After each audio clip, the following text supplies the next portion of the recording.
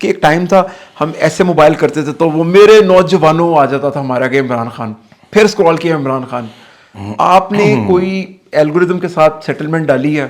آپ نے کوئی فیس بک، انسٹاگرام، ٹک ٹاک، ٹویٹر، ان سب کے ساتھ آپ نے کوئی کولیبوریشن کی ہے کہ آپ جیسے ہم سوائپ کرتے ہیں تو آگے ہمارے جواد احمد آتا ہے؟ اگر جواد احمد نہیں آتا تو جواد احمد کی کسی نے ڈبی بنائی ہوتی ہے، تو کیا وجہ جواد بھی آپ اتنا نظر کیوں آ رہے ہیں؟ یار یہ تو قدرتی ہے.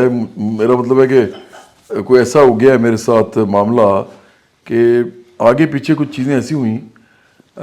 میرے گانے پرانے جو تھے وہ ایک دم ریوائیو ہو گئے.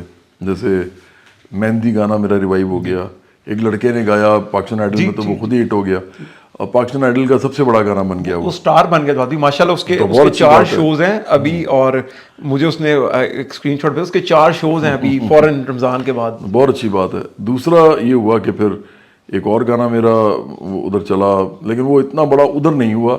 وہ چھ مجاجاں والی ایک لڑکے نے کیا پاکستان آئیڈل میں، تو 1-2 تو یہ کام ہوئے.